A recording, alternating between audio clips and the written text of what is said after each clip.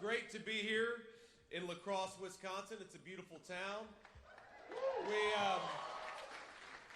We appreciate y'all coming out. I'm sad this is actually my last visit to the state of Wisconsin for this election, but that's okay. I think that I promise I will come back as your Vice President of the United States.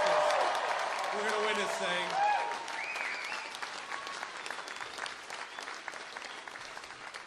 Now, I want to recognize a few people who are very special guests who've decided to join us. I'd never met him before, but long been an admirer of the great Governor Tommy Thompson. Where are you, Tommy? Thank you, man. God bless you.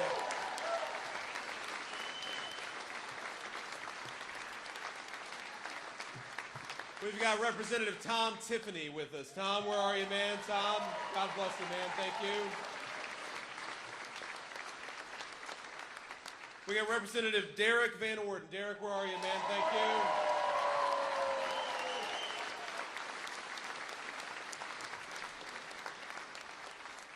We got Chairman of Wisconsin GOP, Brian Schimming. Brian, thank you, man, for doing such a good job for us.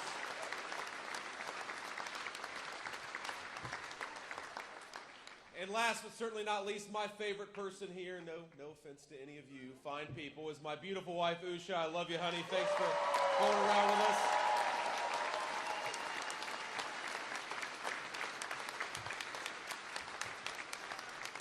But look, it's very simple here. We are done with early vote, which means that tomorrow is our last chance. Tomorrow is the last day. Tomorrow is the big day when we are going to vote in very big numbers in the state of Wisconsin. We're going to vote for change. We're going to vote for American prosperity. We're going to vote for Donald J. Trump to be the President of the United States.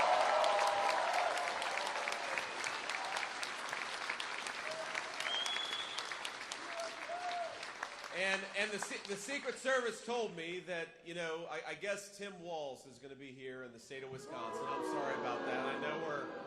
I know we're close to Minnesota, so you guys know Governor Tim Walz well. But here's what I want to say. I know a lot of you, like me, are praying people of faith, and I want you to spare a prayer for Governor Tim Walz, because if you think about this, I know all of us have had hard days at work.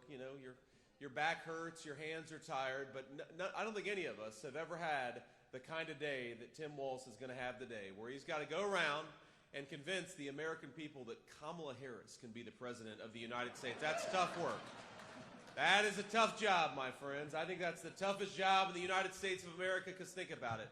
As much as Kamala Harris pretends that she's something that she's not, and as much as Kamala Harris runs away from Joe Biden, you would think that Kamala doesn't even know who Joe Biden is, even though she's his vice president. Kamala Harris, we know, she's more of the same. Kamala Harris is more of the same high grocery prices. Kamala Harris is more of the same unaffordable housing. Kamala Harris is more of the same chaos around the world.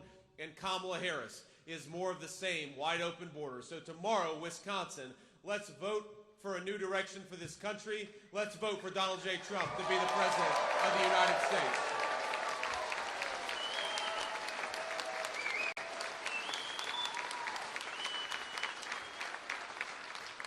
Now, it's crazy to me that Kamala Harris pretends to be the person who somehow is going to change the direction of the country, even though she's the sitting Vice President of the United States. I've never seen anything like it. You would think that she has nothing to do with the policies of the last 4 years. She goes around and gives these speeches where she says, on day one, I'm going to fix the affordability crisis affecting American citizens. Or she'll say, on day one, we're going to close down that southern border. And all of us with common sense are saying, Kamala, day one was 1,400 days ago. What the hell have you been doing the whole time?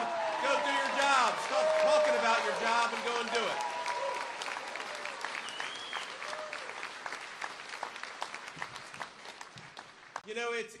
If Tim Walz has got the hardest job in American politics, I believe that I've got the easiest job in American politics. Because think about this. All I've got to do is go around the United States, go around beautiful places like the state of Wisconsin, and get to tell people the truth. The truth is that when Donald J. Trump was president, inflation was at 1.5%. When Donald J. Trump was president, wages were fast rising at the fastest rate in 40 years in the United States of America. When Donald Trump was president, the border was secure and the world was at peace. That's a hell of a record to run on.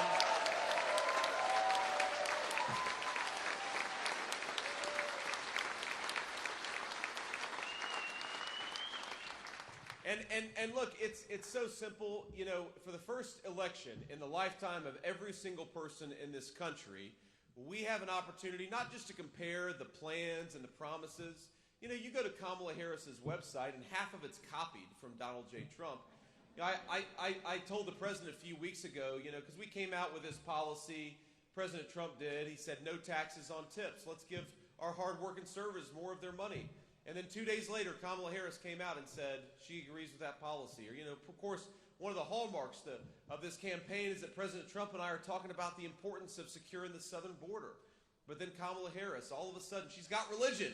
My friends on border security, the border czar for 3.5 years of open borders, now says she agrees with Donald J. Trump on borders. I said to the president, look, she's going to show up on the Monday before the election with a red MAGA hat and a Navy suit because she's recognized that people are so frustrated with Kamala Harris's actual policies. They're so frustrated with what Kamala Harris has done to this great country that they're ready to take America in a new direction. And I think the thing that Kamala Harris has been doing over the last few months is trying to pretend that she is going to fix what Kamala Harris broke. And I think the people of Wisconsin are smart enough to recognize when they've got a politician like Kamala Harris who's trying to sell them snake oil. We know that Kamala Harris cast the tie-breaking vote on trillions of dollars of new spending. We know that Kamala Harris bragged about opening the border and then did exactly that. We know that Kamala Harris implemented the terrible tax policies that have led to sky-high inflation. We know that Kamala Harris went to war on American energy. My friends, it's very simple. We are going to say to Kamala Harris tomorrow, you are fired. We want to go back to common sense leadership. We want to go back to Donald Trump.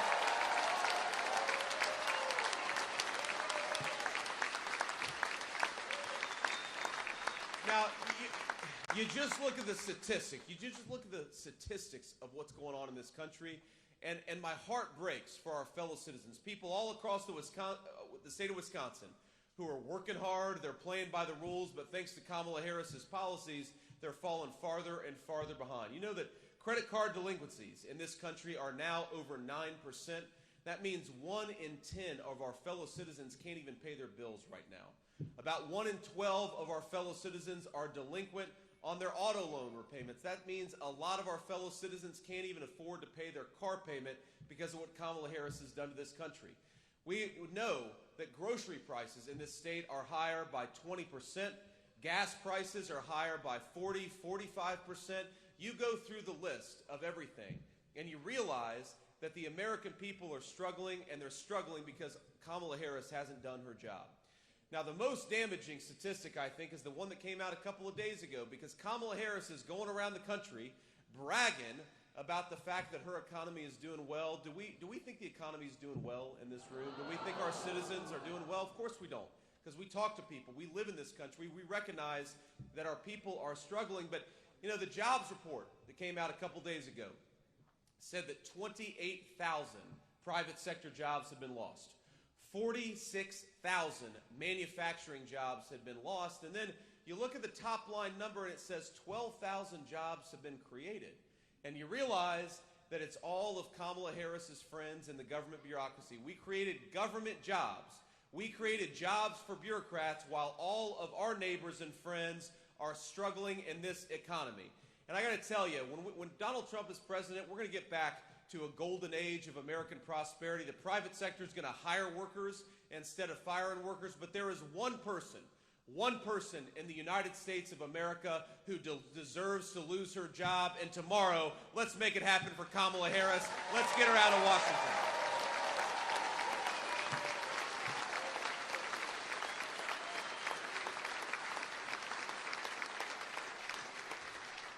You know, I know we've got a lot of people who are going to watch the clips, watch the news reports tonight, and I think our message to the swing voters of the state of Wisconsin is very simple. It doesn't have to be like this. You don't have to agree with everything that I say, every policy proposal that we have. You don't have to agree with everything that Donald J. Trump says. But what we know is that when Donald Trump was president, you could afford to pay your bills. What we know is that when Donald Trump was president, we had a president who fought for border security for American citizens. What we know is that when Donald Trump was president, wages were rising as fast as they had in a generation in the United States of America. So the question for the people of Wisconsin is very simple. Are you better off than you were 4 years ago? And I think that most of us would say absolutely not. And the answer, if you're not better off than you were 4 years ago, if you're struggling with groceries in a way that you weren't 4 years ago, if you're pissed off because they're arresting Mexican drug cartel members as far north as the state of Wisconsin, then it's very simple. Remember, Kamala Harris broke it and Donald J. Trump will fix it. We just got to get him there.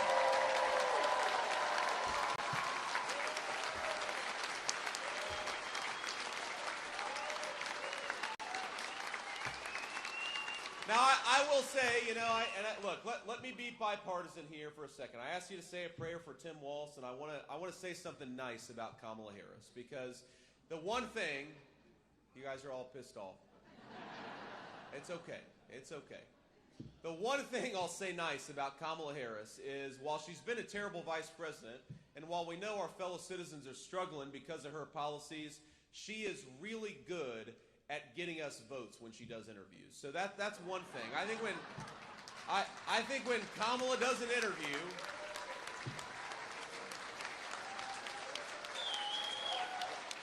I think when Kamala does an interview, we pick up about 50,000, 100,000 votes. That's one thing she's awfully good at. Because here's the thing. Think about this. Every time Kamala's in front of a teleprompter, every time Kamala Harris has a script in front of her, you watch these TV ads where she runs as far away from a record as possible. What she says is totally different from what she's actually done. In so many ways, Kamala Harris is part of the same failed generation of career politicians who say one thing during campaign season and say something else when they're actually in government. That's really all Kamala Harris is.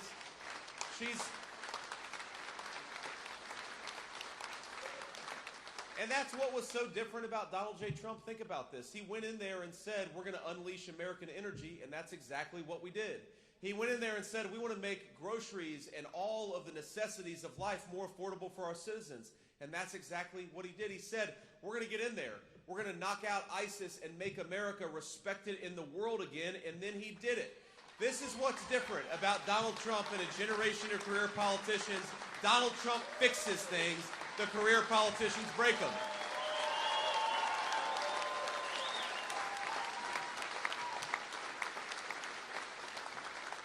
But I will say, look, you're never going to hear me complain about this job, because I will say, other than being married to that beautiful woman over there, the honor of my lifetime is to get to run and ask all of you to make me your next vice president. I'm having so much fun out here. We're having a good time.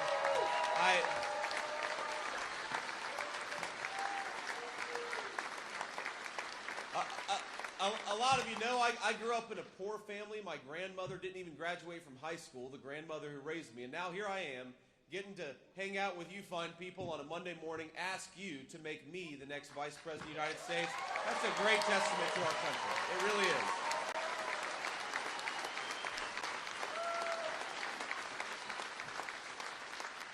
So I love doing this. You'll never hear me complain, save this one time. I'm going to say there's one complaint that I'm going to offer, and it's that, I watch Kamala Harris do her interviews so that you don't have to. That is the act of service. That's the act of service that I engage in. Is a couple of weeks, I watch Kamala Harris on The View, and I'm telling you, I'm going to tell you about it. And for the next 24 hours, we need you as sharp as possible. Do not go and watch this interview, because you'll lose about 20 IQ points if you do it. And we need you as sharp as possible, getting people out there to vote, getting your friends, your family, your neighbors to the polls. But here's what she said. And remember, her whole campaign is that somehow she's going to fix what we know Kamala Harris broke. And they asked her, what is one thing that you would have done differently over the last 4 years? Think about the inflationary policies. Our fellow citizens can't afford groceries. Credit card delinquencies are sky high. The border is wide open. You'd think she'd be able to name one thing that she would have done differently over the last 4 years, and you know what she says? nothing comes to mind. That's what she actually said. Go, hand on my heart, that is what Kamala Harris said. And in that moment, she revealed that she is the candidate of more of the same. If you can't afford your groceries, Kamala Harris is the candidate of more of the same. If you're a young person, and I want our young people to be able to afford the American dream of homeownership, right? It's crazy that our young people can't afford to buy a home, and if you're pissed off about that as a young person, as you should be, Kamala Harris is more of the same. If you're a young person thinking about joining the military, or you've got family who have served this great country, by the way, thank you for your service. We love you and we appreciate you.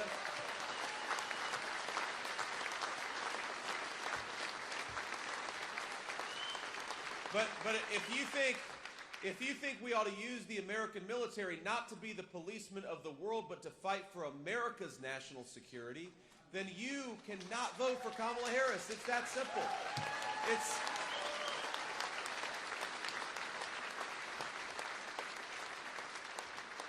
Because whenever she doesn't have a teleprompter telling her what to say, Kamala Harris will admit the truth. Kamala Harris will admit that she is the candidate of higher grocery prices. Kamala Harris will admit that she's the candidate of 28,000 less private sector jobs in just a month. And I know Wisconsin is one of the proudest states in the union when it comes to American craftsmanship and American manufacturing. How can we vote for 4 more years of losing manufacturing jobs? How about we vote for 4 more years of peace and prosperity under Donald J. Trump's leadership? Let's take this country in a different direction.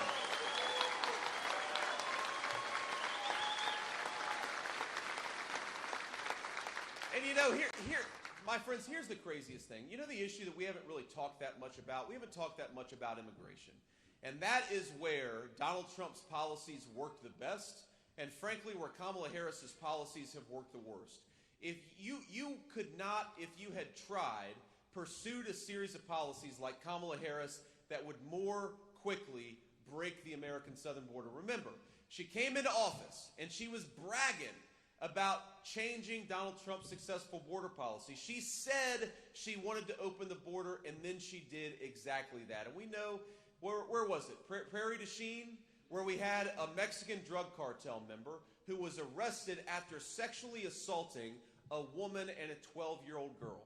And Kamala Harris, after opening the southern border and letting tens of thousands, actually the number is 425,000 violent criminals who are in our country because Kamala Harris doesn't enforce our border laws. 425,000 violent illegal immigrant criminals. That's more than double the size of the United States Marine Corps. And you think of this innocent woman and her child who were sexually assaulted by a drug cartel member, and Kamala Harris has the audacity to say that she stands for women and young girls. You know the most important thing, Kamala, if you want to stand for women and young girls, is you want to make our communities safe enough for women and young girls to be able to walk down the street without being sexually assaulted by a criminal that you let into this country.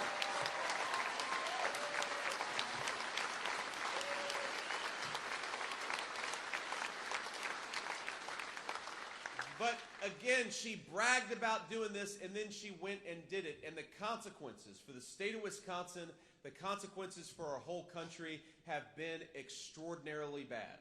And let's just walk through this. Think about all of the fentanyl brought into this country by the Mexican drug cartels. You know the leading cause of death for Wisconsin young people is now fentanyl overdoses?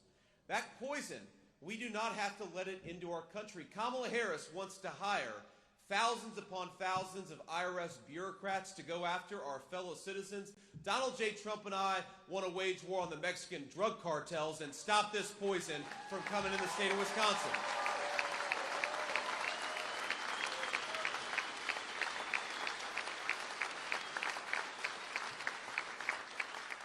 You know, we ought to talk about the fact that thanks to Kamala Harris's open border, you've got thousands upon thousands of children in Wisconsin schools who don't even speak English because they're the children of illegal immigrants. And what does that do to the quality of the education for Wisconsin children when you drop thousands upon thousands of people into our Wisconsin school districts who don't even speak the language of the guidance counselors, of the teachers, and of their fellow students. Look at hospital and emergency room wait times in the state of Wisconsin over the last few years. They have skyrocketed because we've got millions upon millions of people in this country who don't have the legal right to be here. And of course, we got to talk about maybe the most dire consequence. The worst is certainly the fentanyl epidemic, but I'd say the second worst problem of all of the illegal immigration coming into this country is that it's made housing unaffordable for our fellow citizens. Because think about this. If you've got 25 million people who don't have the legal right to be here, you've got to put them somewhere. And by the way, a lot of them we're putting up at five-star hotels on taxpayer expense paid for by the people in this room. But think about this. Donald Trump and I, we believe you got to pursue the regulatory policies to build more housing. That's one of the most important things you got to do to make home ownership more affordable. But thank you. But my friends, it doesn't matter how many homes we build. If we allow those homes to go to illegal immigrants, we're never going to make the American dream of homeownership affordable in the United States of America. So yes, Donald J. Trump and I want to build more homes. Yes, Donald J. Trump and I are going to fight to lower mortgage interest rates so that our young people can afford to get out a loan on a house. But the most important thing we're going to do to make American home ownership affordable again is that we're going to ensure that American homes go to American citizens, not to people who don't have the legal right to be here.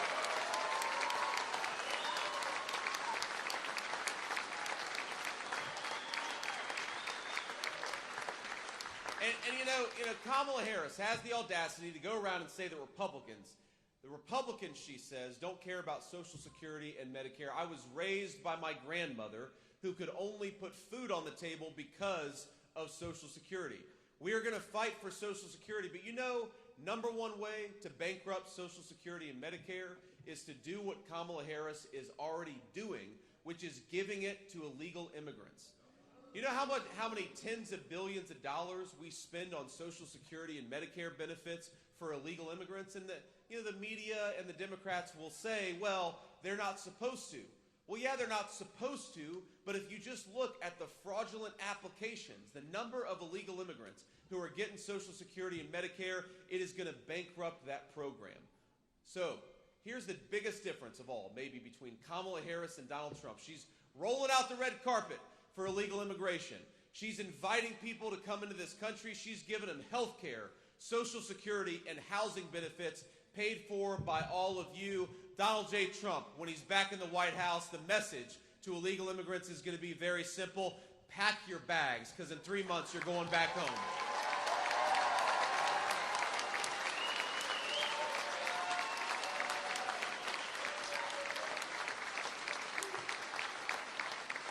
Now, let me just leave you with a couple of final thoughts here. My friends, we got to get out there and vote tomorrow. If you look at the early vote numbers, the absentee vote numbers, Republicans, we're doing as well as we ever have in the history of American elections. That's the good news. But the bad news is this is not even close to over yet. And this election, I'm telling you, in the state of Wisconsin, in the Commonwealth of Pennsylvania, it is going to be won on Election Day, or it's going to be lost on Election Day. So here's what I'd like all of you to think about is, what would you do differently over the next 24 hours if you woke up on Wednesday morning and found out that Kamala Harris had won the state of Wisconsin by 90 votes? You think that sounds crazy? That was the margin in Florida in 2000 was that tiny. So ask yourself, what would you do differently over the next 24 hours if you knew that we were going to lose by 90 votes? Because that is what you should be doing. Because if every single person in this room tried to bank as many votes on Election Day tomorrow, it's very simple. Donald J. Trump is going to be the next president of the United States, and we're going to take this country back. That is what's on the table.